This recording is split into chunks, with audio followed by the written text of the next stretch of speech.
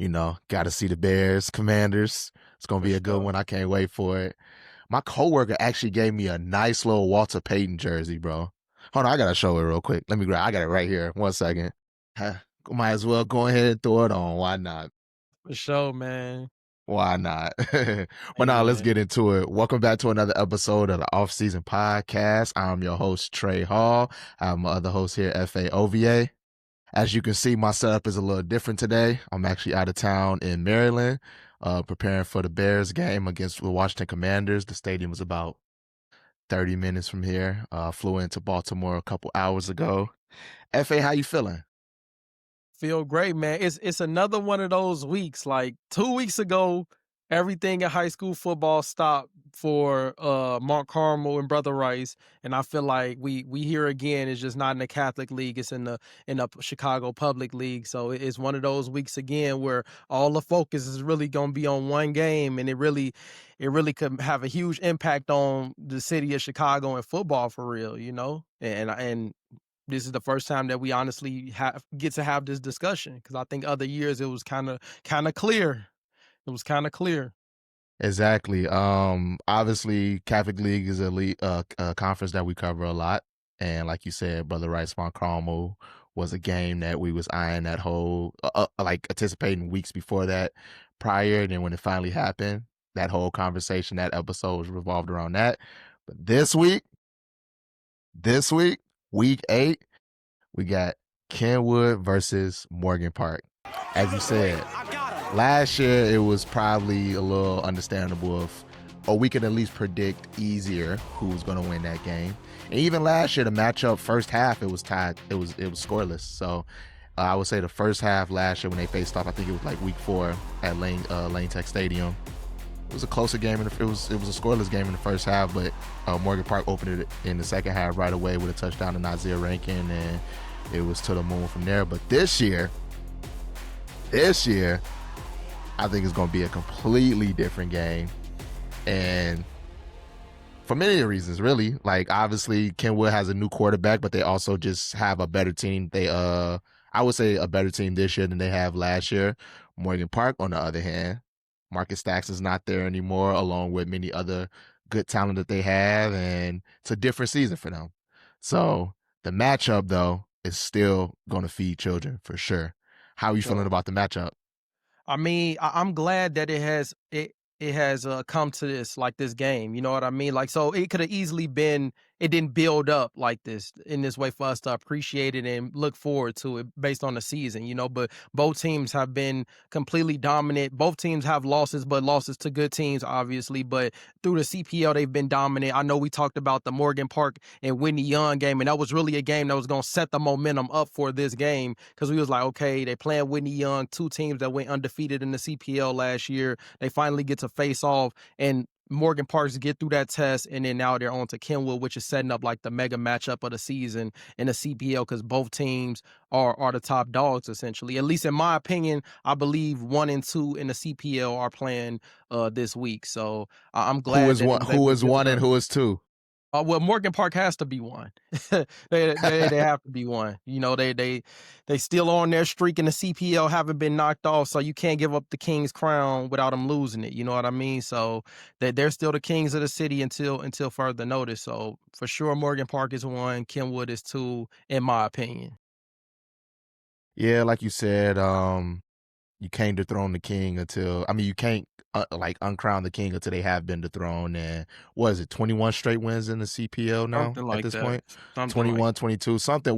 It's in that ballpark. And ironically, we're calling them the kings of the city, and they just beat, was it King last week? yeah, yep. So Max Prep had that wrong initially too. Max Prep, They y'all got did. to get on y'all A game, bro, because you sent me the picture. You was like, "Don't tell me this just happened," and then Right, you right. messaged Coach CJ. He was like, "Nah, it's a blowout." But Yeah. yeah, They I ended up mean, changing you it. I checked it. They changed it. okay, Yeah. cool. But yeah, I mean, you're right. You can't dethrone the king until they actually have been beaten. But like I said, I mean, Kenwood only has one loss, and that's to their first game of the season to St. Francis, and then they've been on a winning streak ever since. Morgan Park has 2 losses. First one going down to DGN, 11-8 at Gately, and then they played Nazareth the following week. A little lopsided loss as well, but they've been on a streak in the Chicago Public League ever since. And I think the matchup is going to be a way different matchup this year than it was last year. And main reason because, like I said, Kenwood is a completely different team, but they also have a new quarterback that is arguably probably one of the best quarterbacks in the state for sure, in Keontae Lewis. So, and with Morgan Park, I mean, that's It's been the the question same. mark all season. You know what I mean? They've been pretty much using two quarterbacks with RJ Smith and Trent Hurley, and it's been a different offensive game for them this year in comparison to the explosive offense they had last year. But I can't wait to see the game. I don't think I'm gonna actually be able to make it because I got flag football state championship. So I'm gonna actually be in Willowbrook for the girls flag football state championship. But we'll still have a videographer out there. You gonna try to make it to the game, FA? Yeah, I gotta try to see that one in person, bro. I ain't gonna lie. I I'm try bet. to pull up. Yeah. Yeah, Bet. And it's gonna be at definitely. Gailey at 11 a.m. But hey man, I can't wait for it. Who like do you want to go into some stat breakdowns real quick or I evaluate the definitely offense a little want. bit? Yeah, I definitely want to get into the teams because both teams have been playing well and both teams have strengths and weaknesses. And I called you 2 days ago to talk about this, and I was like, man, I really can't call it. Like I'm really objectively assessing both teams, and you can make a case for both teams winning this game. You know what I mean? But for me personally, I guess we could just start with Morgan Park. You mentioned the two quarterbacks that they're using in rotation. Also seeing Nazir take some snaps with some Wildcat a little bit. So it's just the difference between this year and last year is Morgan Park finding that offensive identity. Last year, there was no question about what the offense identity was. It was an explosive offense. They put the ball in the air. Marcus Staxton threw for thousands of yards. Nazir had, I think we looked it up, he had over 10 plus touchdowns receiving. So, it's just one of those things where like we knew what you were going to get offensively with Morgan Park. This year, is getting better. They're finding their footing. Earlier in the season, we saw the mistakes against Naz, against Downers Grove North, even against Whitney Young. We saw those mistakes from both quarterbacks, but they go on, this streak now where they look better. We see some highlights of RJ. We see some highlights of Trent. They're both finding their footing, and I think that's just all it is the case of like you have a new quarterback that didn't get a lot of time last year. So there is going to be a development process in that. It's like most people are not going to hit the ground running. It's going to take time, but good thing that they were able to get it together coming into this game, and it wasn't like they had to see Kenwood week 4, week 5, week 6 right after Whitney Young. They're able to get better. So if they had seen him earlier, I think it's kind of scary because you don't know. You come off 3 games where it's like, this isn't what we want to see, So luckily they saw him at the end of the season where they was able to kind of get it together, which I do see some flashes. But I think that's going to be the biggest thing for Morgan Park. As I said in the other games, is offensive efficiency for them. If they can get the ball in their playmakers' hands and make big plays, it'll be a competitive game. But if not, it's going to be a long night for Morgan Park because, Kenwood, which we'll get into, I think they're definitely playing very well and being consistent, and it's gonna be a great game. It's gonna be a great game. Yeah, I think so. Like I mentioned earlier, they played Kenwood earlier in the season last year. I want to say it was week 4, but it was definitely one of those first few weeks of the season. And like you said, if they play Kenwood the same way they play Whitney Young, pack it up. I'll be honest, Yeah. like pack it up because and the only reason I'm saying that is because how strong. I mean, obviously, the first game of the season, there's a lot of mistakes that all teams will make, and I think Kenwood made some decent amount of mistakes. I lost them the game week 1 against St. Francis, but they were in that game, and they should have. That's a game they should have won. And seeing a team like that play against a Catholic League team in St. Francis, and then seeing how Morgan Park is playing against DGN and then Nazareth, and then even they got a win against Whitney Young, but it was like I said, a sloppy win. That was a sloppy win. They play like that against Kenwood, I think it may be a different story. But we haven't seen Morgan Park play since that game, and it seems like you said, they're starting to find their footing on offense. And it seems like they're doing the dual quarterback system, similar to like Batavia last year. I know you put in some stats here with RJ and Trent. RJ has 49 completions with 694 yards, 5 passing touchdowns. Trent has 19 completions with 360 yards, 4 touchdowns, combined of 3 interceptions between the two. I mean, like if that's one person, that's a great season, but that's split amongst 2 different people. You know what I mean? So Yeah, it's like it's hard to when you're I mean, maybe it's not. Maybe that's their system. Maybe that is their game plan. Maybe they figured it out like, all right, we're gonna use both of them. We have certain type of play scheme for RJ. We have certain type of play scheme for Trent. Even with Nazir, you mentioned in the backfield, taking snaps in Wildcat. Like, so maybe that is their system. It looks a lot different than last year because last year was a more consistent system with, Marcus Staxton taking the snaps, and obviously he connected with Nas a lot along with many others, and they had a good backfield as well. So, maybe that's what they figured out. But like I said, we haven't seen them play since Whitney Young, and that was week 4 or week 5. I can't remember what week it was, but it was pretty early, and now we're approaching week 8. So who's to say that they haven't figured it out? I mean, they've been blowing teams out in the Chicago Public League, but at the same time, it is the Chicago Public League. Not a knock to the Chicago Public League, but as we know that there are very more competitive teams in the state that's outside of that Chicago Public League. So I definitely. think it'd be interesting to see. And then on the flip side, when we talk about Kenwood, I mean, they have an offensive identity. You know what I mean? I mean, their main offensive identity is in Keontae Lewis, and he's just a playmaker all around. Like when they played Simeon, Coach Q said it, they wanted to stop him from running, and he was like, guess what? I can throw the ball too. So Yeah. that's And I that's think gonna be that's interesting to like the see. biggest test. Yeah, and the thing is, what I will say is that I don't think that Kenwood has faced a defense as good as Morgan Park's defense I this was just about year. to say that. I They was just about to haven't. say that. Yeah, I so was just so about to say that's that. the thing about that is like Morgan Park's defense. Now, this is one thing I know about great players. You may be able to contain, but you won't be able to stop. That was another thing with like with Whitney Young and Max Warner. It's like, yeah, you're gonna be able to contain them, but he's still gonna find a way to get his, which he did. He still found a way to get his. Get in He was the on the zone. defensive side. Yeah, he still found the end zone. So I think the great players are always gonna find a way. It's just about how much can you contain. And I think Morgan Park's defensive line is great, and they'll be able to collapse the pocket, get him to scramble out a little bit, force some throws, put him under pressure. But I think he's so good that he'll be able to handle that. Like if y'all take this away, I'll go here. I could throw it, I could run it. So I think he's a game changer. So as long as Morgan Park can kind of contain that, I think they have a really good shot at this, and they have the defense and the secondary to do it. Like they had an amazing secondary that could take the ball away from you. So I do think this will be a big test for Kenwood's offense, because it will be the best defense that they played against this whole season. But a little bit just to touch on Morgan Park again, we talked about Marcus Staxton last year and the explosive offense with Nazir and throwing the ball. This year is more so centered around the run game, which is like kind of uncommon for Morgan Park throughout these last couple of years. Like we used to them being super explosive. Like they had a run game, They had a but run game last year they for no, sure, they though. have a run. No, they had a run game, but the identity wasn't the run. It was definitely the pass. Like it was a lot of explosive big plays Plays, with got you. Marcus and Nazir. So that's just the difference versus now they've already rushed for 17 total touchdowns rushing, way almost double of what they have receiving.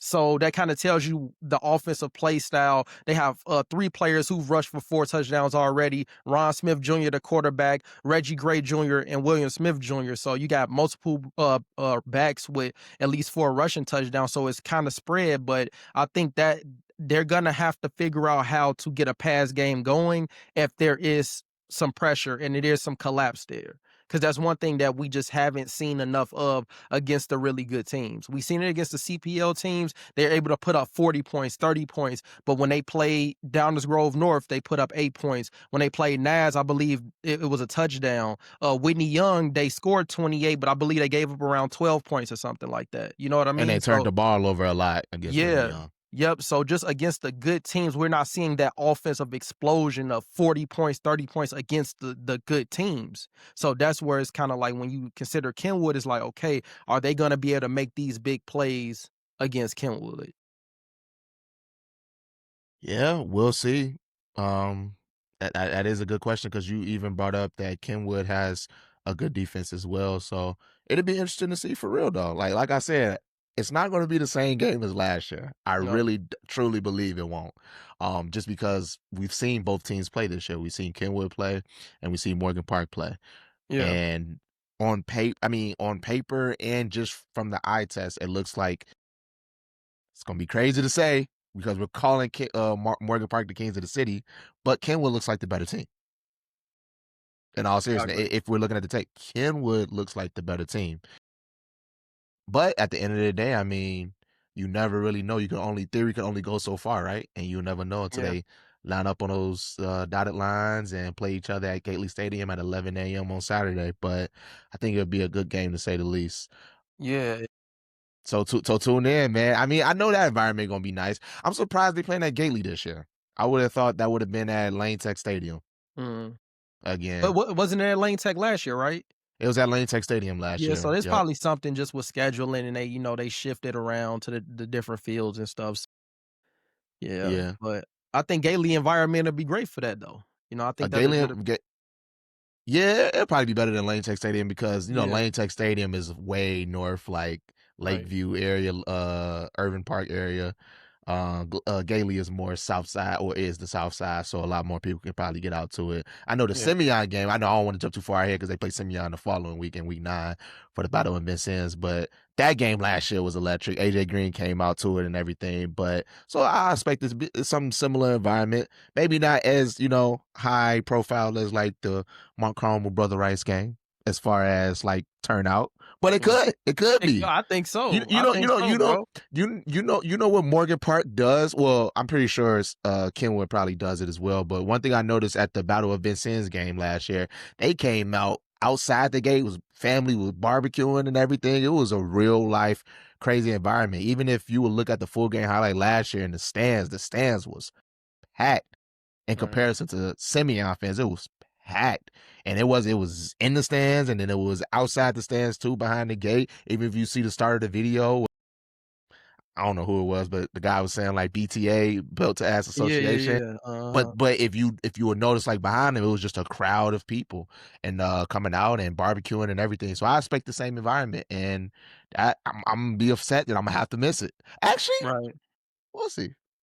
I may be able to. We'll see. We'll see. I may be able to finesse a little bit. No, but I gotta be in Willowbrook, so that's gonna be a drive. Yeah. All right, we'll see. But yeah, Yeah. if y'all could definitely make it, I would say definitely pull up. That's one of the top CPL matchups of the year, if not probably going to be the top matchup of the year. I know Battle of Vincennes is usually a big one between Morgan Park and Simeon, but I think this will probably be a better matchup between the two teams, Kenwood and Morgan Park. But do we want to do any predictions right now? I think we Score should. predictions? I think we should think who we got winning and score This predictions. gonna be I think we this got gonna to. I think be we got to. oh buddy, this one gonna be Yeah, bro. interesting. All right, Yes, so bro. I'm gonna answer this one differently than how we did Brother Rice and Montcalm, because I feel like Brother Rice and Montcalm was a more clear, obvious winner, right?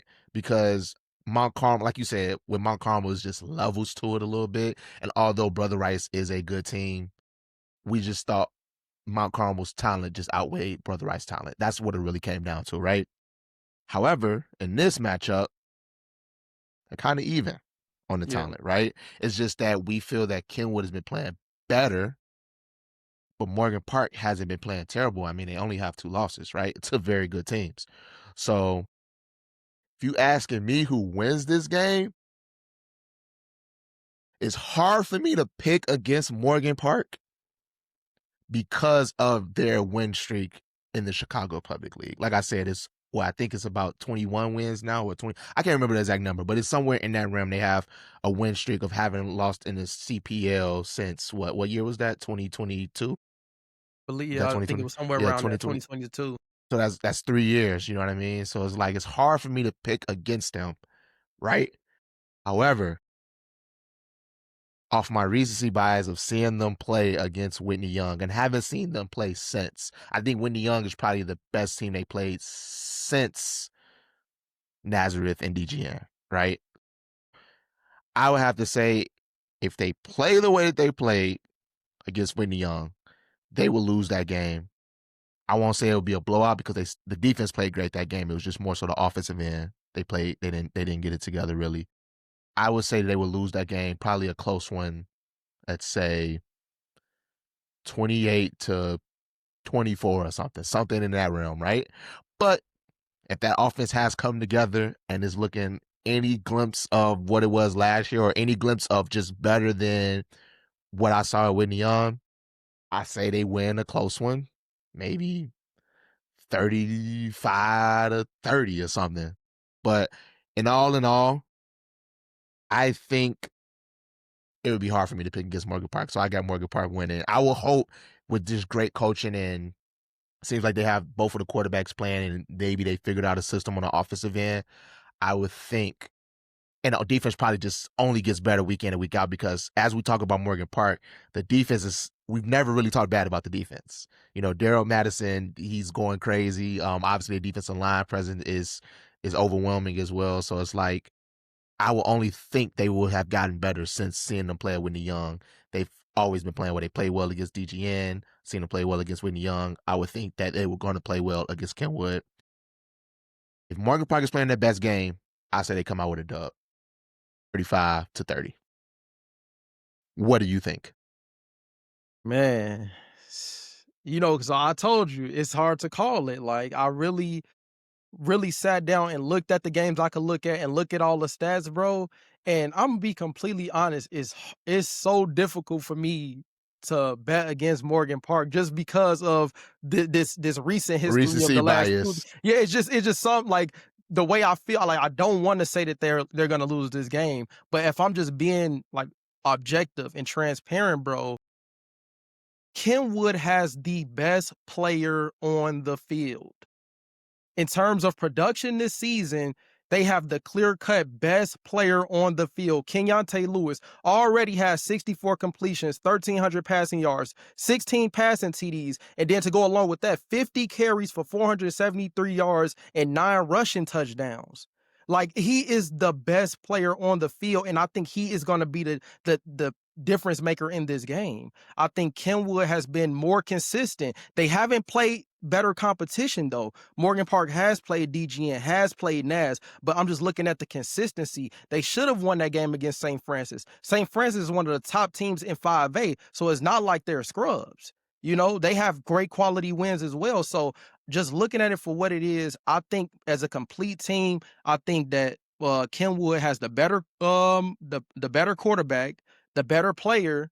I think defensively they'll be able to contain. I really do. I think they'll be able to contain. It'll be a good game. It'll be a close game, but I can't be biased. Like I have to just look at the body of work and look at what Kenwood has been putting out and defensively having 15 sacks. So again, my question goes to Morgan Park playing against teams that put pressure on them. How well have they done offensively?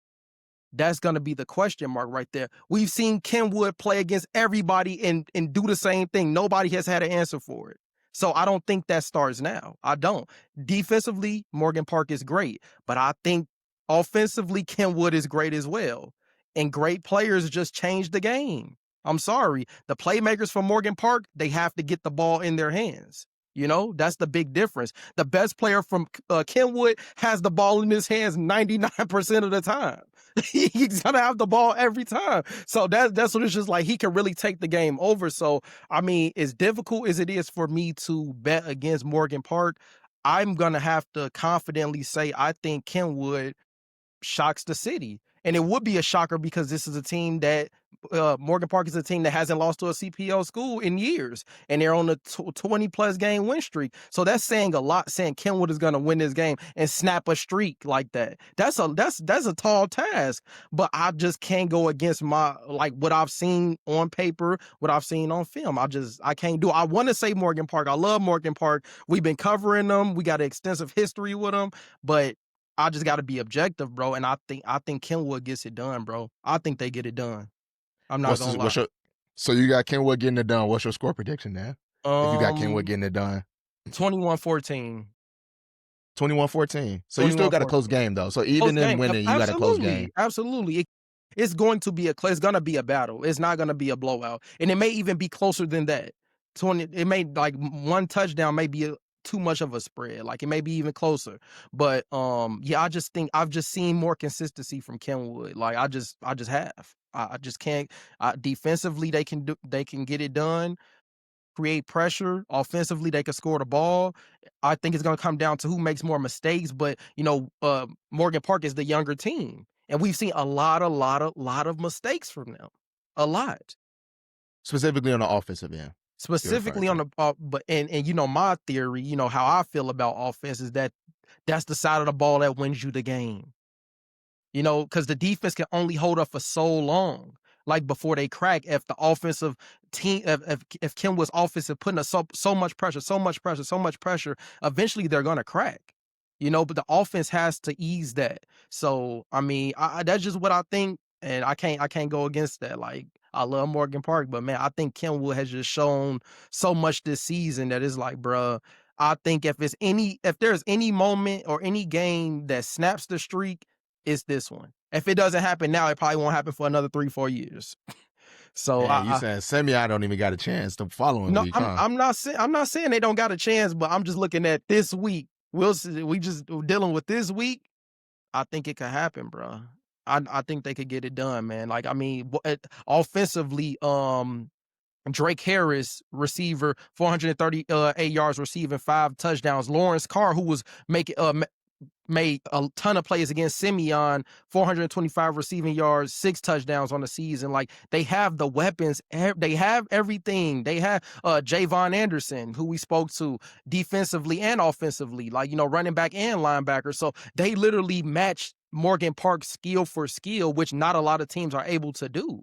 Like I'm not Kenwood does not have the better skill positions in this situation. I think they're matched right now. I don't think it's like they have so much athleticism that Kenwood won't be able to run with them. Like, no, I think Kenwood matches their athlete for athlete.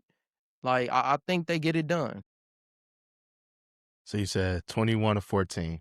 21-14 Kenwood. And I said 35-30 Morgan Park. Well, we will see. We made our predictions against the Brother Rice Mount Carmel game, and it was pretty.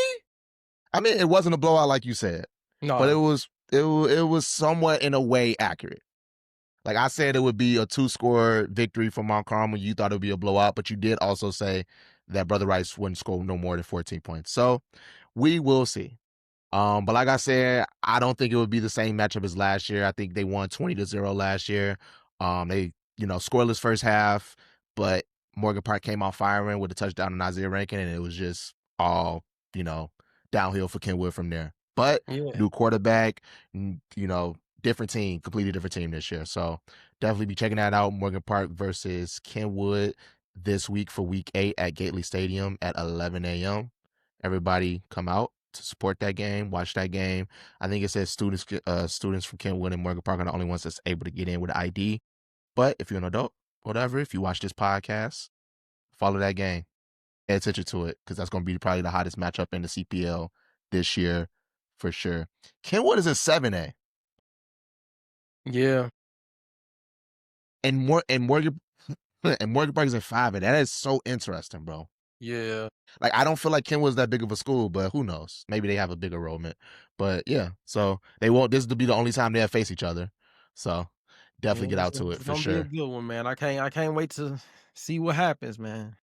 I can't wait to see what happens. I do think Morgan Park's defense is going to have a lot of takeaways, which they are very good at doing. But we'll see. Like I said, game is Saturday, 11 a.m. at Gately.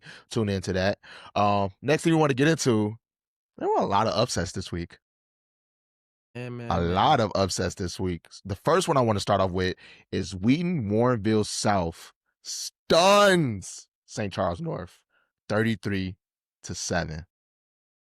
Is that St. Charles North's first loss of the season? Yeah. Yep. Yeah. Wow. And Wheaton Warrenville South improves to 5-2. Mm-hmm. How do we feel about St. Charles North before we even get into the game? Because I know Well, they had a good victory against Batavia, where they scored in like the last under a minute left and got a 2-point conversion to win the game. But I remember it was a couple times we kind of left them out of our top 10 rankings because we just felt that the people that they played, like, I don't know if we believed if they were serious enough based on their matchups. And then when they beat Batavia, we were like, all right, now it's only right to put them in the top 10. But I mean, it's only one loss. And it's approaching week 8. So how you feel about the matchup as a whole and anything with well, first, so Wheaton Warrenville South, they've played them close twice already in the last 2 years and lost both times. Last year, 37-32, and then the year before that, 42-35 in OT. So they're finally able to shut that door, and get the win over St. Charles North. And St. Charles North is a good team. Last year, they went 9-2. They had the 7-8 loss to Mount Carmel, who went on to win the state championship. So I mean, like that's a great program. I mean, if they don't have to see Mount Carmel, like that's the one thing stopping most teams from winning the state championship or at least getting there, that you run into Mount Carmel. So it's only one loss, and hey, it happens, So I think they just continue to finish out the end of the season, end of the regular season, and get ready for the playoffs. And if they're gonna be in 7A again, which I don't know if is anything that has confirmed that, but another top team that'll be in 7A that could make a run. But I mean, sometimes a team just is the better team that night, and this is a team who has been looking to knock them off for the last 2 years, and they finally do it. So great for them, and they improved to 5-2, 4-1 in conference for Wheaton Warrenville South. And they're in 7A as well. So, well, they were in 7A last year, and they were 5-5 last year. So, along with making the playoffs, they've already tied their season wins from last year, but they lost to DGN last year in the first round, 34-7. So maybe you get another chance at this. Maybe St. Charles North and Wheaton Warrenville South meet again in the 7A playoffs if they're both put into that class. So great game, and I mean it happens. Upsets happen. It's a part of the game. It's definitely a part of the game. It does look like, based on the Associated Press rankings, they are currently sitting at 7A. But I will say, disclaimer, that's not as accurate as it could be because of certain teams petitioning to be in 7A this year. As we mentioned, like I don't think St. Rita's probably going to make the playoffs this year, right? But we got a team like Batavia petitioned to be in 7A, and then I think Richards petitioned to be in 7A. So with those teams petitioning to be in 7A, a team will probably get knocked down to 6A. You know what I mean? Okay. Just because they've been approved to play in 7A already. So there's certain teams that we already know that's going to be in a certain class. So like, for example, same thing's going to happen in 8A. Carmel's success factor puts them in 8A. So another team will probably get bumped down based on the pairings. But we don't know until the day of.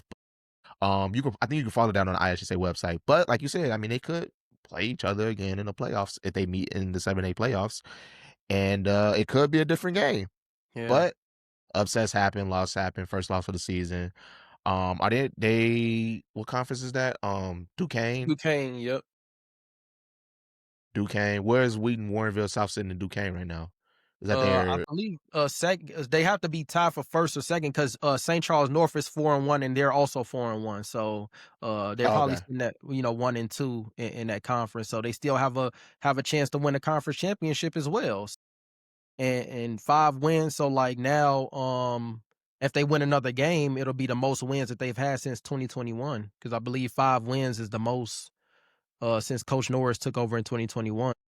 Yeah, I mean, great season for Wheaton Warrenville South, and I just love that because it gives us a chance to talk about teams that we would never talked about. Like we just thought St. Charles North was going to beat them, and there's no reason for us to talk about Wheaton Warrenville. But now we're talking about Wheaton Warrenville, and now we have to think about that when we think about 7A. And so I just like when Teams earn their respect. Yeah, I love that. Because we want to learn too. So make us learn about you. Mm-hmm. Give us a reason to talk about you. But as I mentioned earlier, Wheaton Warrenville South improves to 5-2 as St. Charles North falls to 6-1. But 2 weeks left in the season. I'm sure those two teams will be playoff teams, and like you said before, they could potentially meet up. Upset I want to talk about: Providence versus Loyola. Providence stuns Loyola 21-20. Now I will say this: I'm not as surprised with that upset. Although, I mean, you would expect Loyola. Like last year, I went to the Loyola game last year, right, against Providence, and it was at Loyola. It was a blowout.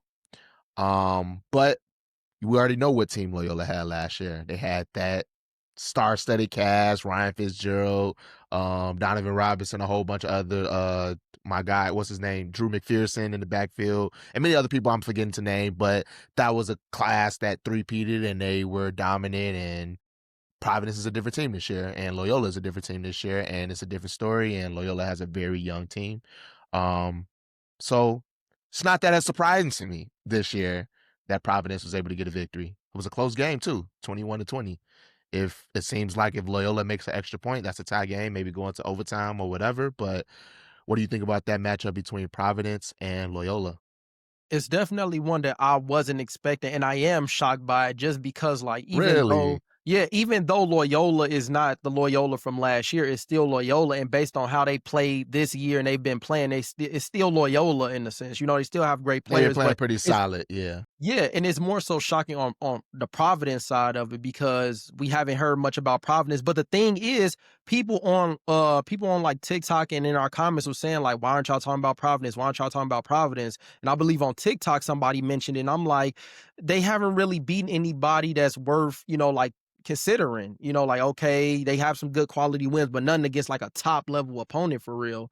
So I was like, in the Loyola game will be the test, and they come out and win and beat Loyola, and it's like, okay, we got something to talk about. And this was the first time they beat Loyola since 2009, so it's like 2009, yeah. nobody's considering the I win, the was in possibility of a win.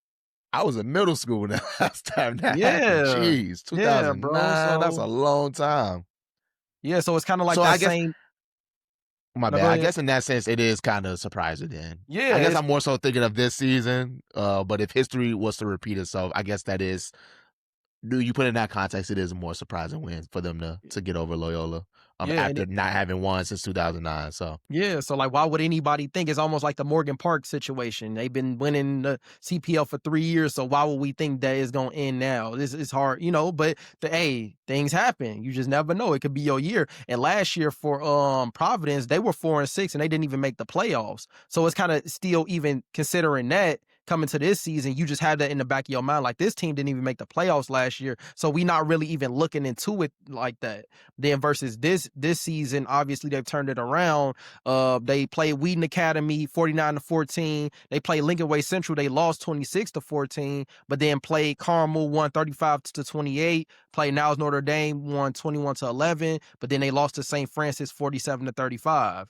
And then they beat Marist 28-14, and then beat Loyola 21-20. So it's kind of been like ups and downs. Like, you lose to Lincoln Way Central, you lose to St. Francis, then you beat Loyola, you beat Carmel. So it's just been, that's why it's kind of been hard to consider them, just because it's been up and down. But I think this win against Loyola kind of solidifies like, okay, this is a solid team and worth talking about, to be completely honest. Like, so yeah, you already have 5 wins, more than you had last season. So yeah, probably a lot more, right?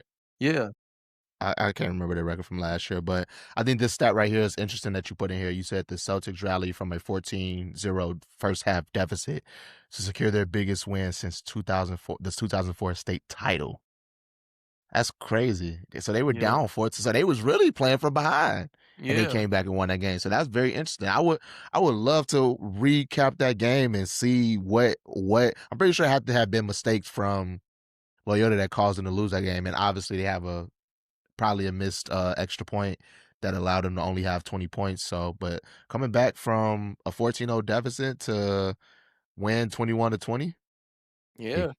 that's that's how you battle. That's how you finish a game and come back in the second half to win that game and beat a team that has notoriously beat you and had your card and your number for a whole decade and Yeah. some A whole change. decade, A bro. whole decade and some change. So it's like, Yeah. yeah, that's a good dub for Providence for sure. Yeah. I love them to see them keep rolling. Then Loyola, I mean, what, Second loss. second loss of the season. So they're sitting at four. Oh, you know what it is? They didn't play a week 2. I'm like, why are they sitting at 4-2? Or is it 5? Yeah, it'd be 4-2. Yeah, it'd be 4-2 because they didn't play a second game. They didn't play week 2. That's why I Right. was looking. I'm like, wait, why are they 4-2? But yeah, so that's the second loss of the season, and Loyola's probably still going to find a way to get into the playoffs. Definitely. And that's what I was But gonna say. I think their playoff experience is different this year, in my honest opinion. Obviously, you don't. They're not the ones that run 8A this year. And then they still have to play Mount Carmel week 9, and obviously we probably know how that game's going to go. I mean, we've But seen you never crazy say things never. happen. Yeah, that's what I'm saying. Never We've say seen never. crazy things And they're happen. playing. And they're playing that one at home, I believe, Yep. So much against different Mount than Carmel. last year. So I mean, they play Yeah. Loyola plays Carmel next. Trey Taylor's been balling. Carmel's been balling. I mean, when you come, because that's the thing. It's momentum is a lot, bro. Like, so you go into a Yeah. game and you lose that, and it's kind of like, if you don't know what type of morale the locker room has, and you know how they adjust and adapt to that type of loss, and you just never know, bro. And Carmel was playing great football, so who's to say? But I mean, things could, they really have to lock in, because you 4-2 now, but I mean, 4-4 is not far away if you don't handle business. So it could easily turn into 4-4 and not making the playoffs at all. That's very So true. that Very that's where true. it get a little shaky with them. So Carmel is almost a must win, because if you don't win that game, then playoff chances are pretty much over. You know, Oh, so especially with having one less game. Ooh, when you put it yeah, in that perspective. Ooh, you put it in that perspective, then it gets really yeah, interesting. So yeah, they yeah. technically their playoffs probably started this week. Starts It's this starting week, now. It's or starting this yeah, week. It starting now. starts this Yeah, week. Yeah, yeah. Isn't so that but crazy yeah, I'm that sure we're they'll be pretty much? fine. Isn't that crazy that we're pretty much there? Yeah, We're man, pretty much crazy. what 2 weeks away from the playoff playing show. Less than 2 weeks away, actually. Yeah. From the playoff playing show. But yeah, I'm sure Loyola would.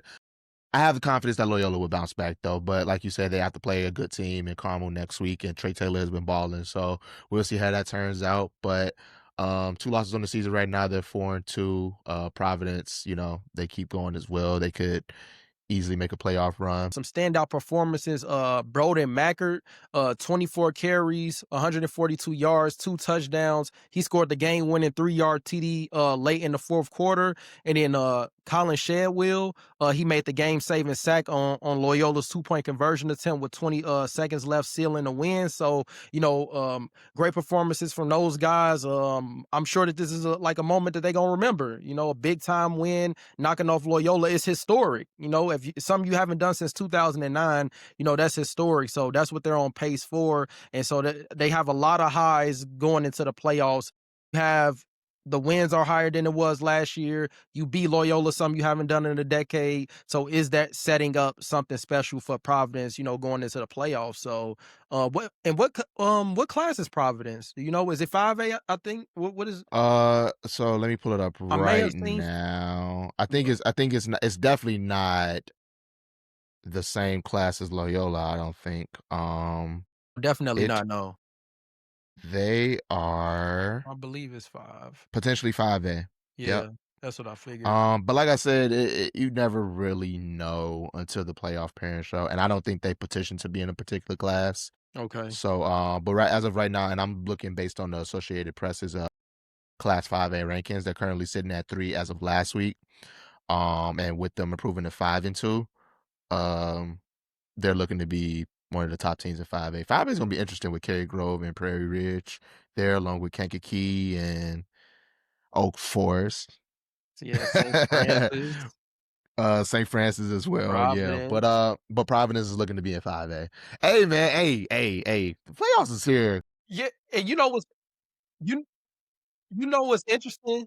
It's like now, like as the season progresses, the classes are getting more and more interesting. It's like it's building, like the classes are building out. So when you ask us in the beginning of the season, we looked at some of these classes, we like, I don't know.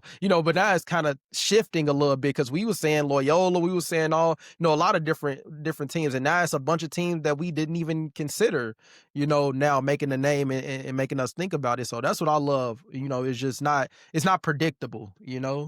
Just anything I can do happen. like that. I do that. Yeah, It's definitely not as predictable as last year.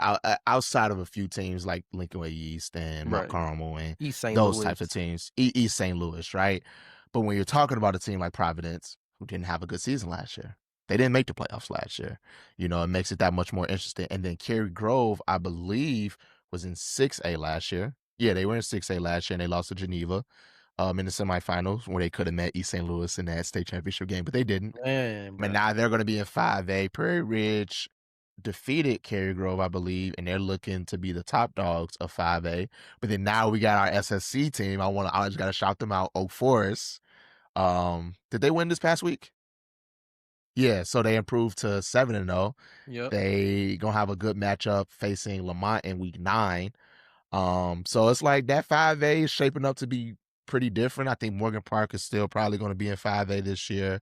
Um, Yeah, it's gonna be interesting, bro. Like I like to see how everything is shaping out because even let's bring it to 6A real quick. Even when we was talking about Joliet Catholic, they're probably not going to make the playoffs this year. And we were Yeah. talking about them being one of the top teams that they could potentially, meet Nazareth sometime in the playoff again, or, it'd be a different playoffs with those two teams being the 6A.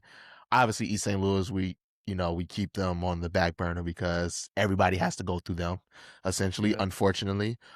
We just seen that performance that Myson Johnson Cook had against, was it Belleville East?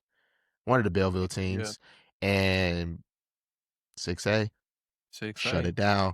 I say Pray it every for 'em. week, but 6A, pray for them, shut it down. But at the end of the day, it's a very interesting outlook of every single class at this point. 8A, you got Glenbard West, you got Lincoln Way East, you got Mont Carmel. All of those teams are lossless, right? They all undefeated, right? Mhm. Yep. So Glenbard West is undefeated. Lincoln East is Yep. undefeated, and Mont Carmel's undefeated. So that is interesting in there. And then other teams that we're obviously not mentioning that's in that class still. But then we take it to 7A. We were mentioning St. Rita, probably potentially being one of the top teams in there, and now they're having a pretty tough season. I'm not sure if they're going to make it, but Brother Rice obviously is one of our favorites, and then you got Lincoln Downers Way Grove East. North, Yeah, Downers Grove North. Not Lincoln Way East, I'm Batavia, sorry.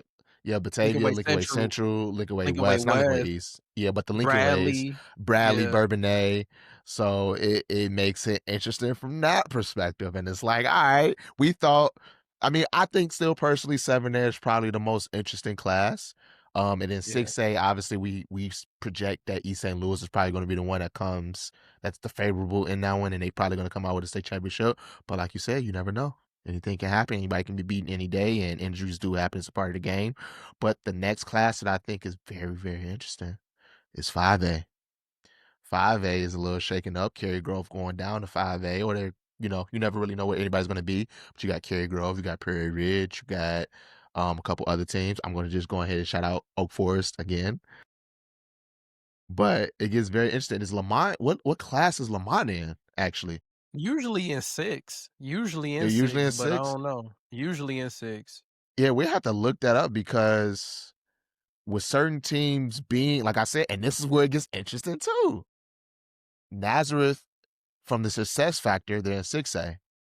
East St. Louis petitioned, I believe, to be in 6A. Yeah. So it's like, from that perspective, two teams that we already know that are going to be in 6A, that we just know beforehand they're going to be in 6A. That causes some teams to get pumped down to 5A. So we really don't even know potentially who's still going to be in 5A based on those two teams automatically being in 6A. One Yeah. team petitioning in East St. Louis, and another team with the success factor, Nazareth, being forced to go up. So it's like it's getting, bro. It's getting really. That's what I'm saying. I can't wait till the parent show either. It's getting real interesting. Yeah. Obviously, and then when you take it down a step, I was even seeing something that Martini Catholic could potentially be in 5A as well, Now that'll be and crazy. they're 5A currently will be sitting in crazy. 4A. Yeah. You know what I mean? So it's like it's getting real interesting, right? And Yeah. then you go down to 3A, 2A, 1A, but still, it's like that is starting to really shape out. I think there's something on the IHSA website. I don't have it in front of me right now because my laptop is sitting a little further away as I'm sitting in the hotel today. But there's something on the IHSA website where it's kind of predicting where teams will fall. And the Associated Press, I will say, that's not the most accurate or where teams will be ranked. I mean, what teams will be placed in their classes. It's just what the information that the Associated Press has to work with. So that's where they're placing them at, where they think they will land. But there's a more accurate prediction on the IHSA website tracker of where you can kind of see where teams are going to fall in the playoff pairing if the season was to end, whatever day you look at it. Okay, so it's interesting though. It's getting real interesting, bro. So I can't wait. Definitely tune into our playoff parent show. Is going to be live streamed probably on YouTube. Will probably be the best place we live stream it on, but we're going to be giving our real life reactions. I just want to plug that again because it's going to be here in less than 2 weeks. But definitely paying attention to that. But continuing down to other games that we were covering, Lockport, would you call it an upset? Lockport upsetting Sandburg 28-7, or what would Um, you consider that? I guess nah, not really an upset. Just I think more unexpected than an upset. Honest. unexpected loss from Yeah. Sandburg. Unexpected, Sandburg, yeah. Sandburg after starting off 5-0, they have failed twice. They lost to Naperville North last week in a thrilling overtime game, and it fell short. But then they also fell short this week, a little bit less points scored, 28-7 against Lockport. How are we feeling about that one? I mean, definitely not where you want to be in Sandberg's position. Obviously, having that high that they had throughout this whole season, and now you drop kind of two in a row, you lose your starter, so things are kind of like shifting, like it just swung a whole completely different way. So I think they have some figuring out to do. They got some game planning to do, and they just have to figure out, how they adapt to this situation going forward. Because I mean, it's really a long season ahead. To be completely honest, like you still got to get ready for playoffs, and you still got to see Lincoln Way East Way East, lose. at Lincoln Way East, I believe. Yeah, yep. So I mean, Neuqua Valley. Hopefully they can, pull out a win there and at least go into Lincoln Way East with some momentum. And then just prepare for the playoffs. But it's just obviously not the ideal situation. Lose to Naperville North 36-35 in overtime, then come and lose to Lockport 28-7 after coming off, beating Richards, beating Andrew, beating Naperville Central and Homewood. Like you just come off of these great games, and then now it's kind of like flattening out and almost declining at the end of the season. But I mean, still a lot of season left. It's just 2 losses. Like they're a 5-2 team, that's a good record, So, they just really gonna have to lock in, focus and adapt. Like it's adversity. Everything can't be perfect for forever. At some point you're gonna hit some adversity, and that's gonna show who you really are, So yeah, just looking forward to see how they bounce back from this. And you would rather hit adversity now in the season where a loss doesn't equate to going home. So it's better to, hit this adversity now. Like you said, they started off on a super high, starting off with 5-0. The first time they were 5-0 since 1998, I believe it was. Yep. And then right after that, 2 losses, a closer loss last week that they probably want to have that game back. They probably should have won or could have definitely won. But in this game, their starting quarter, you said their starting quarterback went down, Yep. got hurt. Yep. So that's probably a factor in that loss.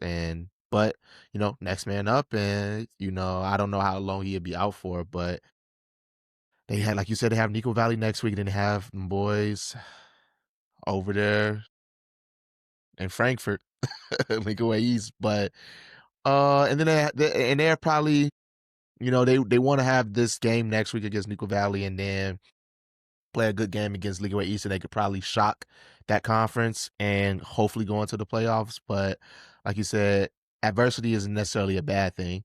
It could be a good thing. You can always take the good from a loss.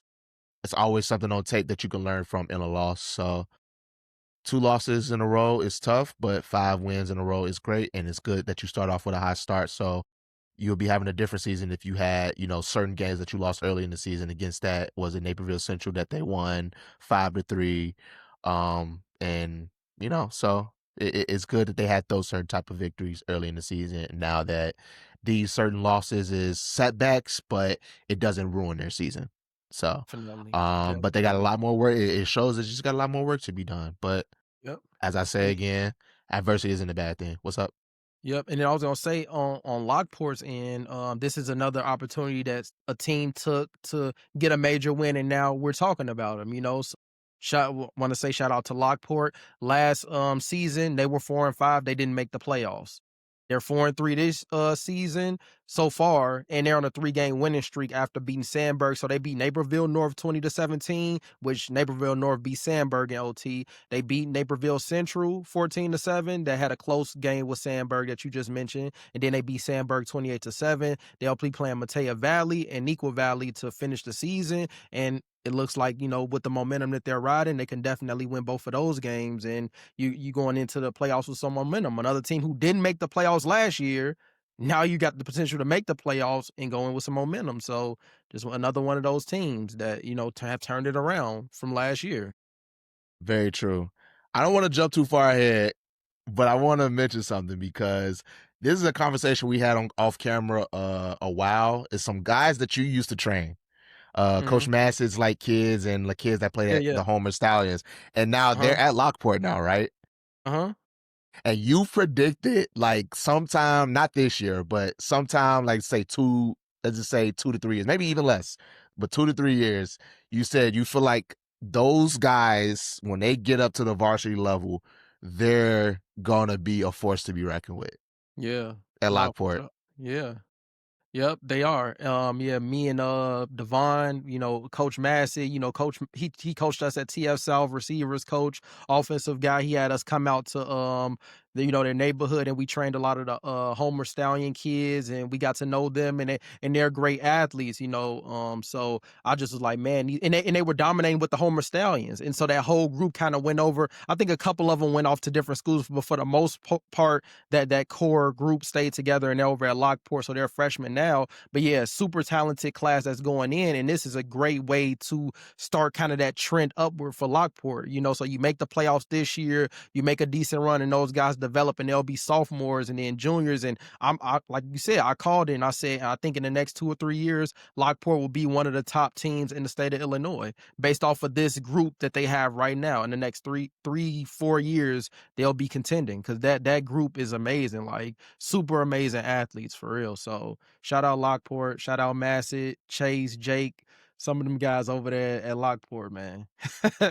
For sure. I just wanted to bring that up because that's just a conversation that it's just because what we talk about is development a lot and how important it is to have a good feeder program. And this could be a good example. Obviously theory can only go so far, and we're not at that point yet.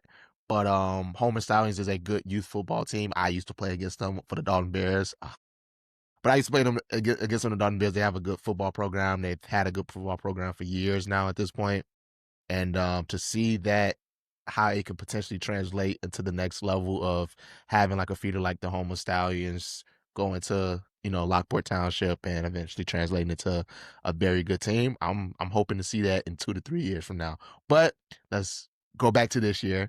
Lockport, like you said, they have Nico Valley and Mateo Valley to finish off the season, and they could be making a playoff bid. And they could probably ride a wave and go on a hot streak and have a good playoff run. But shout out to Yeah, Lockport for getting the dubs. Sandburg, still a lot more season left. And, you know, adversity is never a bad thing. Learn from no, it. And I know for a fact with the leader like Coach Murph and the other guys on the coaching staff, they're gonna figure something out and, they're gonna be able to bounce back for sure. yeah, definitely for sure. Well, yep, Yeah, excited to see that. Always good to be tested to see who you really are. Everybody could be happy and playing well when everything is going good, but once you hit that adversity, what type of athlete are you really? Like you find out who you are. So yeah, excited to see how they respond to that. I know they will. They under great leadership. It's just another game. 100%. I also saw Sandburg just had a mom's night or something that I think I posted that on our story or reposted on our Yeah, story. That was nice. and then I believe they had a first responder night as well. So yeah, the first San responders night was Friday. oh, I think I was more so referring to earlier in the week. oh, okay, okay. Yeah, yeah, but yeah, you're right. You're right. I think they posted that on their social media for sure, Yep. from what I was saying. So shout out Sandburg, shout out Lockport. Continuing down, DGN versus York. DGN defeats York 41-28. Quarterback Owen Lance, who returns from injury after 5 weeks and delivers a crazy monster performance. How are we feeling about DGN? I know a couple weeks Yeah, ago I said I yeah, don't yeah, believe you did. DGN. You did say that, and I was gonna but bring that up too. but but they are sitting at 6-1 and York Yeah, falls to 5-2. bro, And the and only reason I'm saying that is because how they played against Morgan Park in week 1. And I felt like if Morgan Park doesn't get that touchdown call back, they lose that game. It was yeah, an 8-8 game mostly for the whole game, and they won off a last second field goal, 11-8. That's the main reason why I'm saying that. And also the quarterback didn't perform to the caliber that we felt that he should have. absolutely. But but as you can see in the return of this game against a team that was a state runner-up last year in York, losing to Loyola in A-Day, he showed up. He went crazy. How are we feeling about DGN as a whole? Yeah, I mean, DGN is a contender. They're a contender, and I think they deserve to be ranked in the top 10, especially with I think having your quarterback back in the rotation, back playing is the difference in them, them performing. So I think they are a top 10 team. They could be on the bubble if you want to say, but they are one of the top teams in the state with Owen taking snaps. There's no doubt about it. Division One talent. He's a great quarterback. So look at how they beat York. I mean, it wasn't close. I mean, 41-28. And this is the same York that went to the semifinals last year, or I mean the state championship last year, and lost. So dominant performance, convincing win. So yeah, I think Downers Grove is a competitor. Like they're gonna compete in 7A, bro. Like it's gonna be interesting. It's gonna be interesting. But Downers Grove is here. Like I don't think anybody should be counting out DGN. Like like you said earlier in the season, we did. But no, I think they're fine. They're back to their own pace to do what they did last year, you know? So yeah, I'm glad Owen has returned from his injury and he was able to perform well. And yeah, that's all you can ask for. But I think it's gonna be very, very competitive in 7A. Yeah, I think so as well. As I mentioned, 7A is probably going to be the most competitive, for sure. And DGN looks to be one of those top dogs in 7A as well. One thing I want to call out, I seen who posted it. Was it QB Era? Is that what it is? QB Era. They posted something. I think they show Owen's first 2 touchdowns, but it looks like they trained both of the quarterbacks. Both of the Okay. team's quarterbacks, DGN and York. I had to look at that post, but QB Era, man, they seem like they everywhere with the quarterbacks they train for sure. Yeah, definitely training a lot of the top guys, and I definitely see Yeah, the athletes posting on their stories training at QB era. So shout out to them. Like yeah, how I feel 100%. about the skill trainers. It's always And necessary development. because yeah, because as a coach, like it's only so much time that you have, and you don't focus on a lot of indie when you coaching. Like it's more team, and so if guys can go somewhere and get the fundamentals and techniques and take time to work on mechanics, that's super important to the development of the athletes because you don't get that much time in season or with programs to be like, hey, I'm gonna focus on this one kid for 2 hours and just meet. You can't do that when you coaching a program. You kind of have to split all of the time. So yeah, if kids can go somewhere and get the proper coaching and teaching and mentality, then that's great for the game. It only makes the athletes better. So I really hate coaches who have the thinking of like, oh, I don't want you going to any side trainer. Yeah, I mean, sometimes people aren't good for the kids. I'm not vouching for the people who aren't good, but I'm talking about the trainers out there who are doing a great job at developing the athletes. You know what I mean? So yeah, so like shout out Win, shout out Pete from Win, shout out QB Era, shout out all of the other, trainers out there that's getting the kids right. 100%. Love development is the key. And yeah, shout out all of those trainers and that's getting the kids right, like you said. 1 second. I need to plug my laptop in All right. so this don't die on me. Yeah. Continuing down our list of coverage. Glenbard West versus Hinsdale Central. Glenbard West defeats Hinsdale Central 44-20. Glenbard West is still undefeated. How you feeling about Glenbard West? Obviously, they're going to be one of the top teams in 8A, but they could potentially get bumped down to 7A as well. They could potentially get bumped down to 7A as well, bro, because of the teams of Mount Carmel specifically being bumped up to 8A. It could Yeah. really get interesting. Now, we won't officially know, like I said, until the playoff parent show, but that could be interesting. If they get bumped down to 7A, that would be Changes a very lot. interesting, bro. That would Changes a be lot. very interesting. But now, how we feeling about Glenbard Yeah. West and that victory they just had? Still balling, man, and another team 100% that's turned it around. Like, I love seeing that. Another team that's turned from it last around from year. last year. Yep, and now undefeated, one of the top teams in 8A. Super interesting.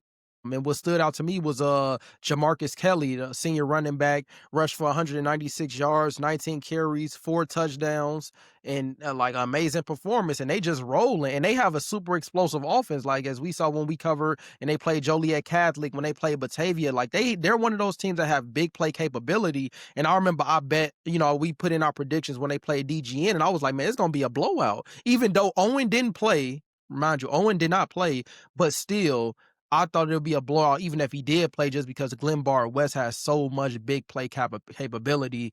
They're explosive and they're fun to watch. Like I think Glenbard West is one of the most fun teams to watch for me this season. I love watching Glenbard West play. Like they always put on the show defensively and offensively, flying around, taking the ball away, interceptions, big hits, kick returns. Like they do it all. So yeah, I'm definitely a fan of Glenbard West. And I don't know, man, the way that they playing. Yeah, it may be looking like we talked about the big three and 8A being Loyola, Lincoln Way, and Mount Carmel, but clearly the big three is now Glenbard West, and I think they can compete. I think that they can compete with the top 8A teams. I think they can compete, bro. They playing very well. They're playing very, very well. Yep, like I said, we'll see if they stay in 8A though. I mean, they could Oh potentially yeah, still stay in 8A, but this playoff picture can shape out very, very interestingly. I don't yeah. even know if that's a So word, interestingly, but so it if can get very interesting very quick. yeah, I was gonna ask you. So if Glenbard West gets put in 7A, are they the favorite to win 7A? Or is it still BR? You think the BR is still clear? They're clearly better. But so here's it. Okay, you know what? You know what? I don't know. I can't answer that. I can't answer Yeah. that truthfully Okay. because when I did see Glenbard West play, they played against Joliet Catholic, but their starting quarterback was out. Although their backup quarterback was still playing a pretty good game. Like it seemed like they didn't lose the stuff, but their starting quarterback is a starting quarterback for a reason, right? Right. So it's Right. like I didn't see Glenbard West at their best potential. Hmm. I've seen Brother Rice at their best potential, and I also seen how they match up against Mount Carmel. So I can't answer that truthfully, right? So I'm gonna just put that as this game. I can't answer that truthfully. I do think Brother Rice is probably still the favorite to win if Glenbard West gets bumped down, but I can't answer that truthfully. Yeah. Just because I haven't seen Glenbard West in person or watched film on them with them at their best, with their starting quarterback and things like that. But they do have weapons. So could get interesting very quick. It could be I will say this, it won't be because is Brother Rice a clear favorite 7-8 number I one? think I mean, so. in my I think opinion, clear, yes, in but my opinion. it gets very interesting when you have Glenbard West in 7A. But we don't Yeah. know. We won't Yeah. know, like I said again, until the playoff parent show. Yeah. Um, and they could still potentially be in 8A, but Yeah, they could get and bumped then down if to Glenbard is in 7A. 7, then we may see some rematches, DGM, Batavia, like, we Bro, may it's see gonna some. get bro. That's why I said 100%. The way even 7 is shaped right now, it's clearly the most interesting clash, right? Yeah. But if certain teams get bumped down and bumped up, or whatever the case may be, or whatever it may be, with the playoff pairing and stuff, it gets interesting even more. Yeah. So, with that being said, if Glenbard West gets bumped down to 7A, ooh, buddy, that can get real interesting really quick. That can get really Definitely. interesting really, really quick. But like I said, as of right now, we don't know. We don't fully know. All we do know is that Mount Carmel is going to for sure be in 8A. Brother Rice is going to for sure be in 7A. Batavia is going to for sure be in 7A. So we don't know yet, but we will see. We will see. That's a good question though. That's I had to table that. Yeah. We will revisit that the live show for the. I know I keep plugging this, but we will revisit that for our live, us going live for the playoff parent show. We will For revisit that sure. once we officially know that day. But I have more thoughts on that, so I'll table that and say TBD. For sure. TBD. And the season will be wrapped up around that time as well. But Glenbard West, not taking anything from them. They are still undefeated, turned around from last season. Of course, they didn't make the playoffs last season. This year, they are clearly one of the top teams in the state. So, shout out to Glenbard West. Keep balling. I cannot wait to see where y'all land in the playoffs because it's going to make everything in the state a lot more interesting for sure. Another thing you put in here was you wanted to shout out Cary's Grove's running back, Logan Abrams, who scored 5 touchdowns on the first 5 possessions in a 56-13 conference win over Crystal Lake South. Jeez Louise, Cary Grove. Cary Grove, They have man. what type of offense do they have? They have that The triple was it option. triple option? That Yeah. triple option offense. Yeah. Yeah. Legendary man, and bro, I keep talking about Cary Grove because ever since we started covering, for one, I've never seen them play in person, and for two, I want to see them play in the state championship just because I've seen so many legendary performances from them. We like even going back to when we were in school with Crete and Cary Grove played in the state championship and Crete won, but still, Laquan Treadwell. yeah, bro, like so them.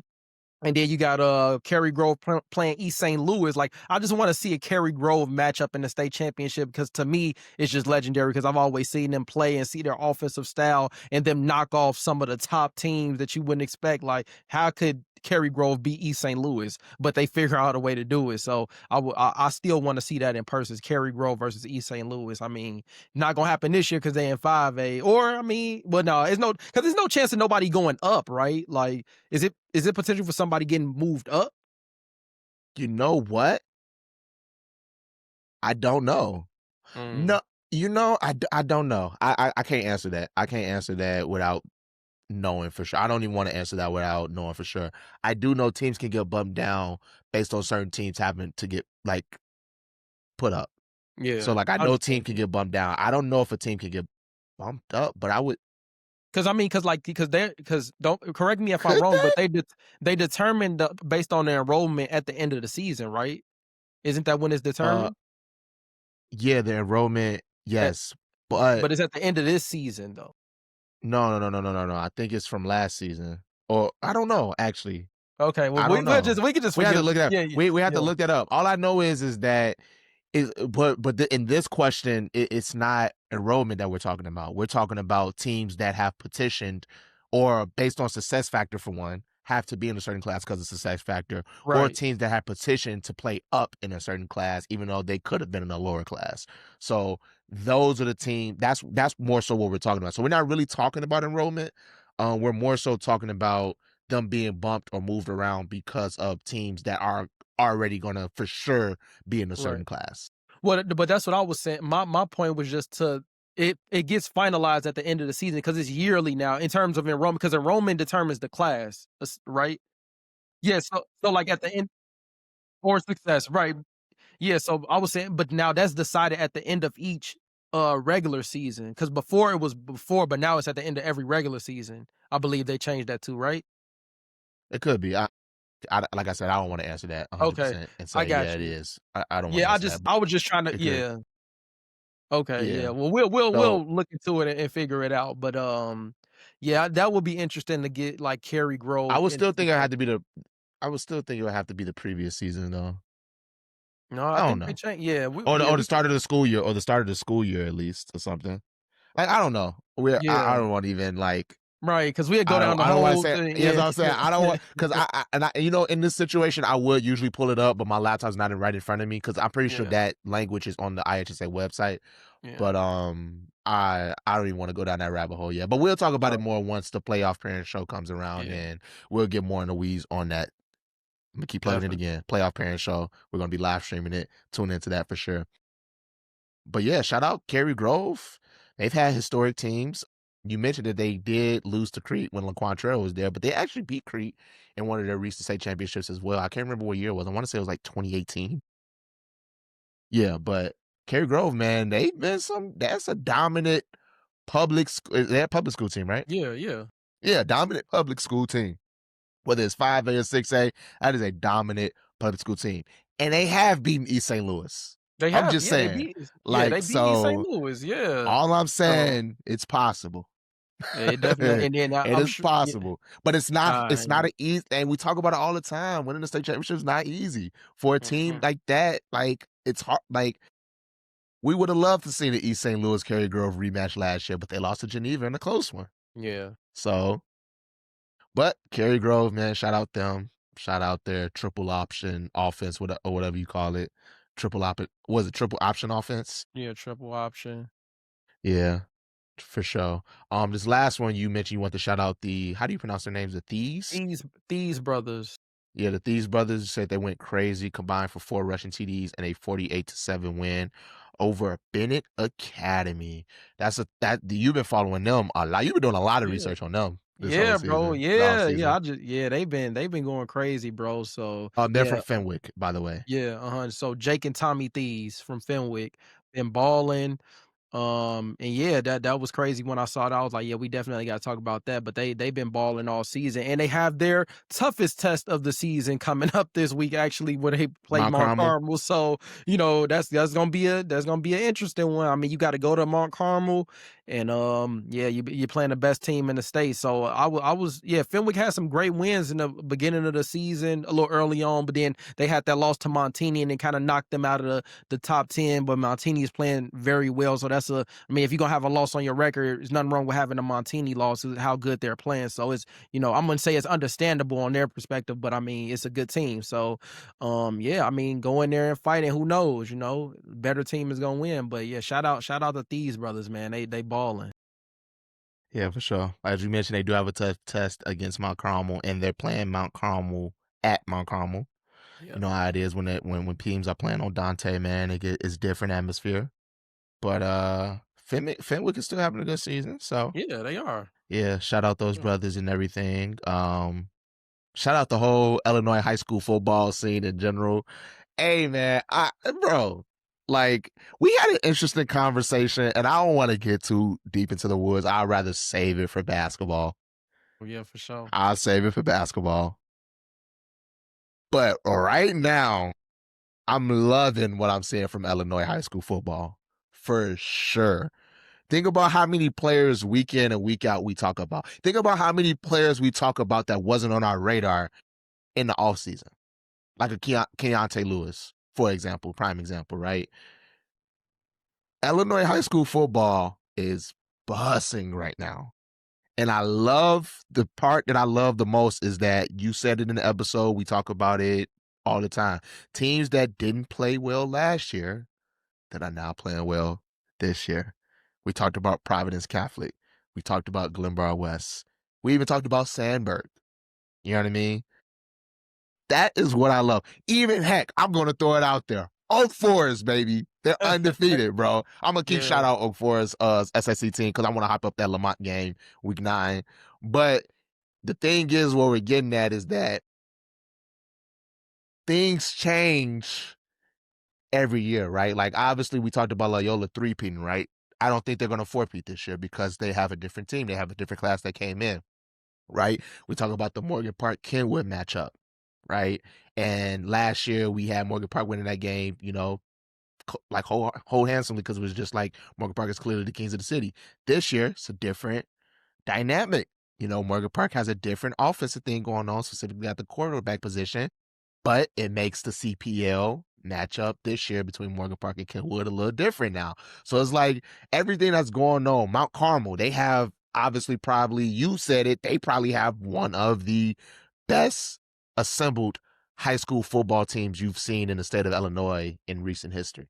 Yeah, and I'm And a sure lot of them are young guys. So yeah. Some people could say ever, some people could say that. yeah, Yeah, I think with, some with people could all the say that. D1 talent they have. Yeah, like, cause I'm sure, like, I don't know, I can't say it for sure as a fact, but I can almost guarantee there probably haven't been too many teams in the state of Illinois assembled with that on paper as talented as this Mont Carmel team. Like, I just can't see it. Yeah, but the point that I'm getting at, right? Because last year we talked about how it was like pretty much dominated by private schools that won state championships, right? And specifically one specific conference, the Chicago Catholic League. However, I don't just feel like it would be the same case this year. I feel like with how things shift up a little bit with certain teams jumping up in classes and certain teams petitioning to be in certain classes or whatever, and certain teams having bad seasons last year and having good seasons this year, like a Glenbard West or, other teams that I mentioned, I think it gets very, very, very interesting in the playoffs, bro. And that's what I'm most excited about. But that's what I want. I just want to shout out Illinois high school football, man. I think it's very, very interesting. I get more excited as the weeks go by because we're going into week 8. Next, week 9, week 8 will be here, and then it would be gone, and then week 9, and then it'd be here, and then it'd be gone, and then the playoffs will be here, and we'll really get to see how everything that we predicted at the beginning of the season, coming into the midpoint of the season, coming to the end of the season, we'll see how everything plays out all the way leading up to the state championship, and I couldn't be more excited, bro. For And sure. it's getting very, very interesting to see where certain people will end up in classes. But I just want to say shout out Illinois high school football, man. We've been everybody's been balling this season, and even the teams that's having tough breaks like a Joliet Catholic, they play good teams. Like, and it's just crazy how the dice rolls that way sometimes, right? It's like, I wouldn't say Joliet Catholic's a bad team. They just played good teams. And it's just Yeah. like, damn, bro. So it's like, and they were a team that was in the state championship 2 years in a row, playing the same team, Nazareth Academy in 5A, and now in 6A. It's like they didn't play any drastically different teams. It's just it turned out, its season turned out differently this year. It's just the way it happens sometimes, right? Even when you talk about Loyola Academy, they have a younger cast, and I mean, they still have a lot more season left. I mean, right? They have 2 more games left, but And the it can turn playoffs. out different. Yeah, and it can turn out differently for them this season. You know what I mean? So, Brother Rice, a team that had a first round exit last year, we're talking about them as they could possibly be a team that wins 7A this year. So it's like, it's crazy how much can change in a year, right? Yeah, So that's what I like to see. definitely. But everybody keep balling.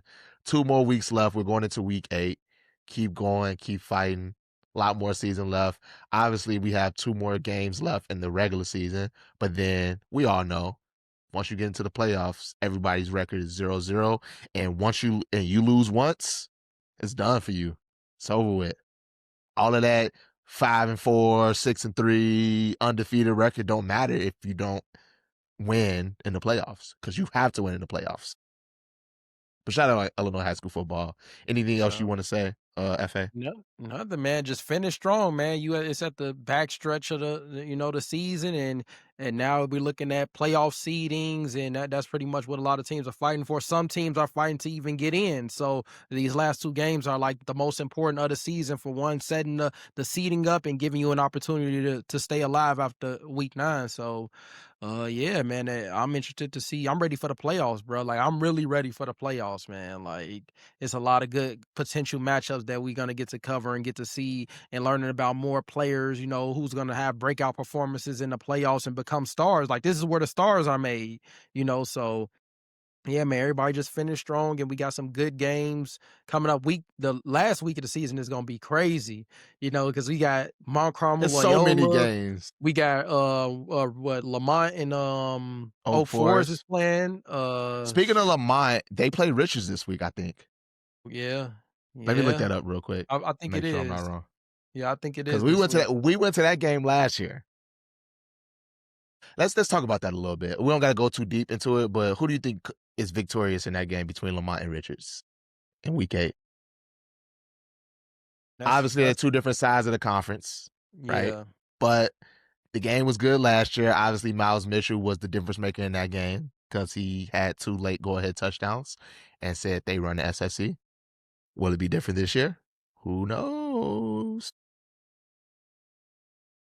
So it's hard to predict. Yeah, yeah, because to be completely honest, I don't have enough information. Like, we haven't covered one Lamont game. We haven't covered one Lamont game this year, and I haven't seen them play. So I mean, I would have to just go with Richards if I had to make a pick, because I've at least seen Richards play, and the talent that they have, and they don't have Miles Mitchell anymore. But I can't confidently say who's gonna win that game. Lamont is always Lamont. They're always gonna compete in the SSC. They're always gonna be at the top. They had 2 losses earlier this season, but it was to 2 good teams, so they are always prepping for the playoffs. They're never, because the SSC is really not a challenge for them, to be completely honest, specifically in the blue.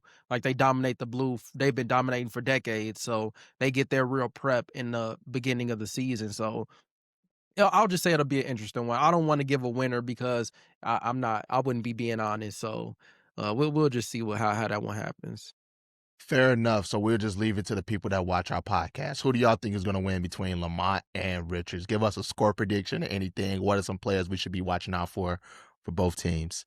Who do y'all think is going to win? Because that's going to be a good SSC matchup for sure.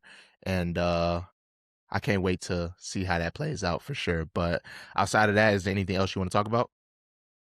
Man, All right, man. Well, this is the off-season podcast episode 40. Oh, we hit the is it 40 40? episode mark. Dang, Shout I ain't out to, even. I think it's 40, yeah. I ain't even Yeah, realize, yeah, bro. yeah. Shout out to us, bro. We reached the 40 episode mark, man. We rolling, Yeah, but crazy. we're not gonna get into the Illinois football talk this week. They lost to Ohio State, and they're not currently ranked in the Associated Press. Wait, hold So on, wait, hold on. No, actually, you know what? Because I didn't even think, I almost forgot about that. I'm glad you mentioned it. I got a few things to say. All First right, go off, ahead. Go bro, ahead. how are they not ranked anymore? Like, that don't even make sense. Then just think, hold on, USC just beat Michigan.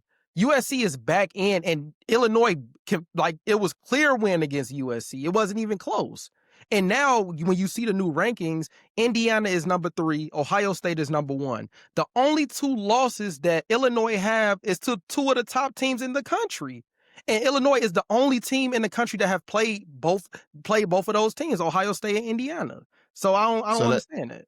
So I did read something that they were the first team out, so I think they're like Yeah. probably like 26. So they'll Yeah. probably be in. I think they said they have a bye this week, so they'll probably be in next week. After some other teams lose, so they'll probably be back in Yeah. next week. But to your point, they lost to some of the top teams in the country. Ohio State is clearly the number 1 team. That defense is freaking crazy, bro.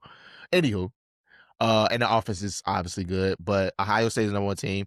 And then let's bring it back to Indiana. Although, you know, we don't really like to give praise to those guys over there in Bloomington, Indiana, but they did just beat Oregon, bro. Yes, that's what I'm saying.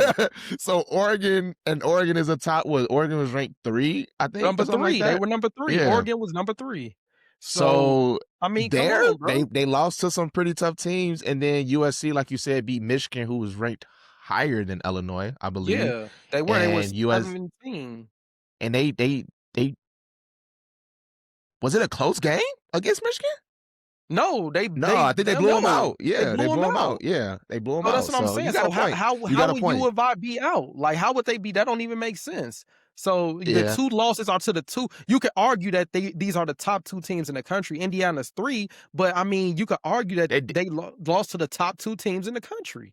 Yeah, but they lost to Indiana terrible. Yeah, and they didn't lose to Ohio State as bad, but they lost to Indiana terrible. That is the only difference. If they didn't lose to Indiana big like that, I think that's what's working against them. But even keeping Ohio State game that close, I think this year Ohio State's win margin is an average of 30. So they didn't lose by 30, you know, this past weekend. I believe it was maybe 18 or something like that. But my point is they definitely should be in. There's no doubt about it. And if they win out, they should be in the college football playoff. Like, you can't tell me a team doesn't get in and they played the 2 top teams in the country and they win out. Their only 2 losses is the top teams. That'll be bullshit, bro. Like, Illinois should get in. If they win out, Illinois should be the 12th team at the very least, the 12th team, because you lost to the 2 top teams in the country. If they win out, dude, if they win out, hold on, you win every game, but you lost to the 2 top teams in the country. You shouldn't be in. So for one, I don't think that's how they do the playoff seeding. I don't think they do, because I think certain conferences get certain spot. Like, if you win a certain conference, you get a certain spot, right? Yeah. And then I don't know. I don't see. If they win out, I don't. If they win, I mean, it's only 2 losses. It's only 2 losses. It's only 2 losses. It's only 2 losses. So top 3 teams, 2 of the top 3 teams in the country. It ain't like they lost to the 10th rank. They lost to Ohio State and Indiana. And Indiana crushed Oregon. So it's like, bruh, that resume. No, did Indiana crush Oregon? I mean, it wasn't like a crush, but I think it was like 30 to 20 or something like that.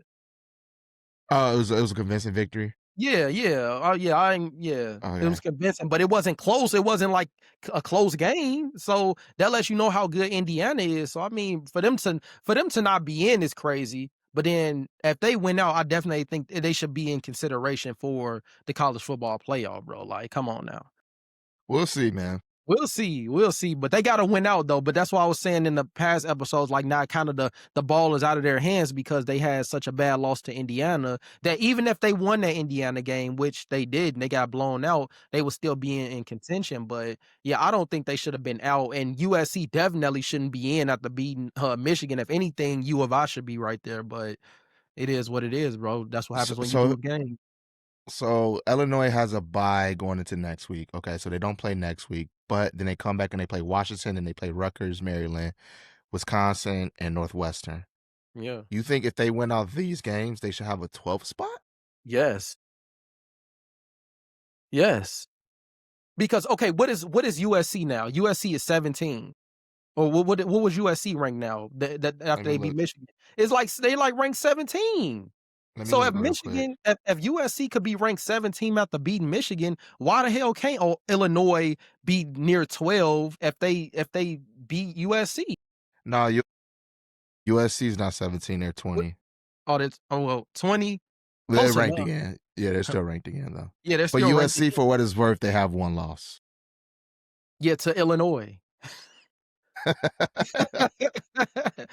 Yeah, to Illinois, they have one loss. So like, No, I and agree. they No, hear me out. I agree that Illinois should still be ranked.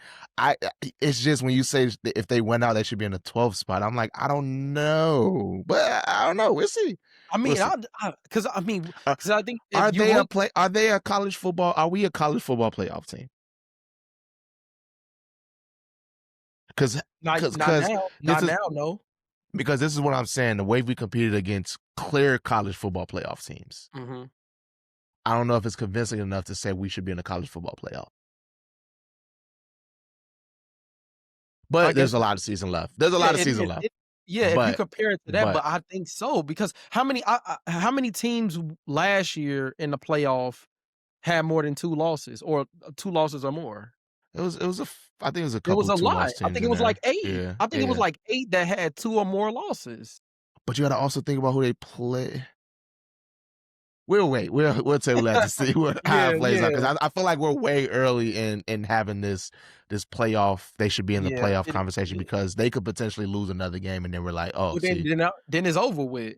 But I just think that with. if your resume, if you put Illinois' resume next to anybody else's, I mean, I think it's going to be hard to debate if they win out after only losing to Indiana and Ohio State. But I think the only difference is that the large margin of loss to Indiana. Let's say they lost to Indiana by a touchdown. I don't think we're having this conversation. I think they're clearly still ranked, and it's probably somewhere in the high teens that they're ranked if they don't lose so badly to Indiana. That's what I think. Yeah, and Illinois was. Yeah, my bad. No, you go ahead. No, I was gonna say. Yeah. No, you go ahead. You go ahead. No, go ahead. Finish your point. No, I was just saying what you said. You can't be a college football playoff team and you lost to a fucking team by 60 goddamn points. You know, that's what I'm saying. It's kind of hard to plead that case of like, damn, bro, y'all lost by it's a crazy amount. So it's like, fuck. You're gonna piss off ESPN or whatever network hosting that game. You're gonna piss them off. They get in the college football playoff and they got a low rating. We'll see. But like I said, they did receive 113 votes, so they were the first team out of that 25, so they're like 26. But I think they'll be back in next week after a couple teams lose and they have a bye. I think they'll probably be back in. Probably at 25, maybe. We'll see. But yeah, you make a good point. They should definitely be. If USC is in, they should be in. Yeah, no doubt. But I would like to understand what goes more into the Associated Press's ranking. Obviously, it's a voting system, but how do they classify these teams? You know, like what are the criterias of like who? Because Texas is in their 4-2, and I don't think they were ranked last week. No, they weren't ranked last week, and they're sitting in at 21, and they're 4-2. Definitely debatable for sure. Yeah, for sure. Anything else you want to say about Illinois? No, I'm went out. Shit, that's all. I can't wait. Hey, I can't wait to start covering them for basketball. I ain't gonna jump too far ahead. Yeah. Hey, but be on. Be on the lookout. I think is Ty Rodgers back from. We'll talk about it more because I know Ty Rodgers got hurt sometime in the summer. But Ty Rodgers, you know, he redshirted last year, and I thought he was gonna leave and go into the transfer portal, and he actually returned, but Marez Johnson left, but Kylan Boswell is back, and we got some other foreign players. It's crazy. I can't wait. Hey, I'm gonna hold off on it right now because we're in football season and we're talking about the Fighting Illini for football. But when basketball season coming about, we're gonna have a lot to talk about with Illinois Fighting Illini with basketball. I can't wait. Yeah, still shout out to Fighting Illini. Shout out to Chicago Bears. As I mentioned, as you can see, I'm in a hotel room. I'm currently in Maryland for the Washington Commanders game. I flew into Maryland, but the Commander Stadium is like 30 minutes away from here in D.C. But still, shout out to my coworker, Kathy. She let me borrow her husband's jersey, an old school Walter Payton Sweetness jersey. I had the choice between Dick Butkus or Walter Payton. Of course, I chose Sweetness. Come on, man. You know I got to shout out the Super Bowl Bears, but this jersey is very nice. Sorry to give free promotion, but it's a Mitchell and Ness, as you can see. But yeah, man, I'm excited for the Bears game. Obviously, I had to pull up after last year what happened. We're gonna see. I'm confident that Caleb Williams is gonna play a way better game this year than last year. Although he didn't play a terrible game last year, he just showed up a little bit too late. I say he's gonna play a good game all through the game. They just coming off a bye. We got a lot of players coming back from injury. So I'm excited to see this game, man.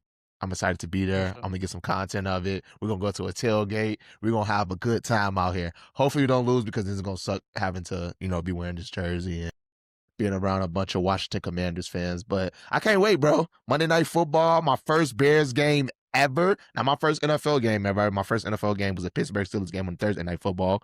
But my first Bears game ever, I can't wait, bro.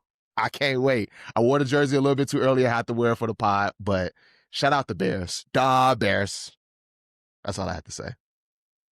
My bad. I just fanboyed a little bit. I just fanboy a little bit. If I got to give a prediction, the Bears are going to win 45-13. I'm calling it. 45-13. Da Bears. Da Bears. No, but this is the Offseason Podcast, episode 40. We're going to be back next week again. We're going to have a little bit more IHSA high school football playoff picture. And we're going to be recapping the Kenwood and Morgan Park game and many other games that unfold that this week as well. So stay tuned. Keep following our socials, TikToks, Instagram, YouTube. And yeah, this is Offseason Podcast, episode 40. We are out. Actually, one last... I'll just make a post for it no. I want to talk about it right now because as you all know, I work for the IHSA. Excuse me. I work for the IHSA, and we're actually looking for a bunch of videos to be featured on the playoff pairing show. And I have a list of those teams that we're looking for videos for. So if you're a photographer, mainly a videographer, we're looking for videographers because we don't need the pictures. We want the videos. I have a list of teams that we want footage of for the playoff parent show. And if you're so kind and willing to share your footage of your hype videos or whatever of certain players or certain teams, please send us a DM and I will share that list with you to see if you have any of those teams that you can send us video of. And we need it as soon as possible because, as I said, the playoff parent show is less than 2 weeks away. Okay? So this is more so for a clip, FA, however you want to use this video. But yeah, shoot us a DM if you have hype videos of a list of playoff teams. I could probably make a list and probably put it on our story or whatever, or put it in this video. We are at the IHSA looking for this. And yeah, send us some videos. Obviously, we have some videos that we can cover already because we covered a lot of teams.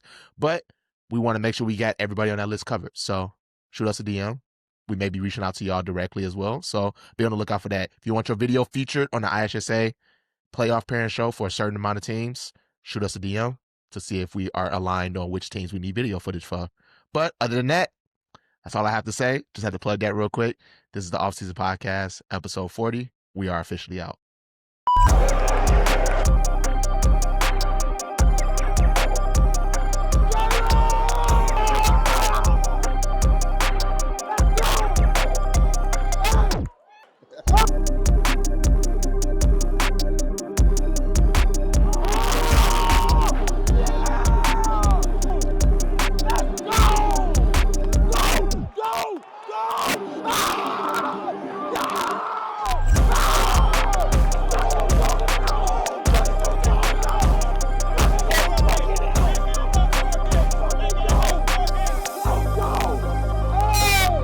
Let's go! We getting the win!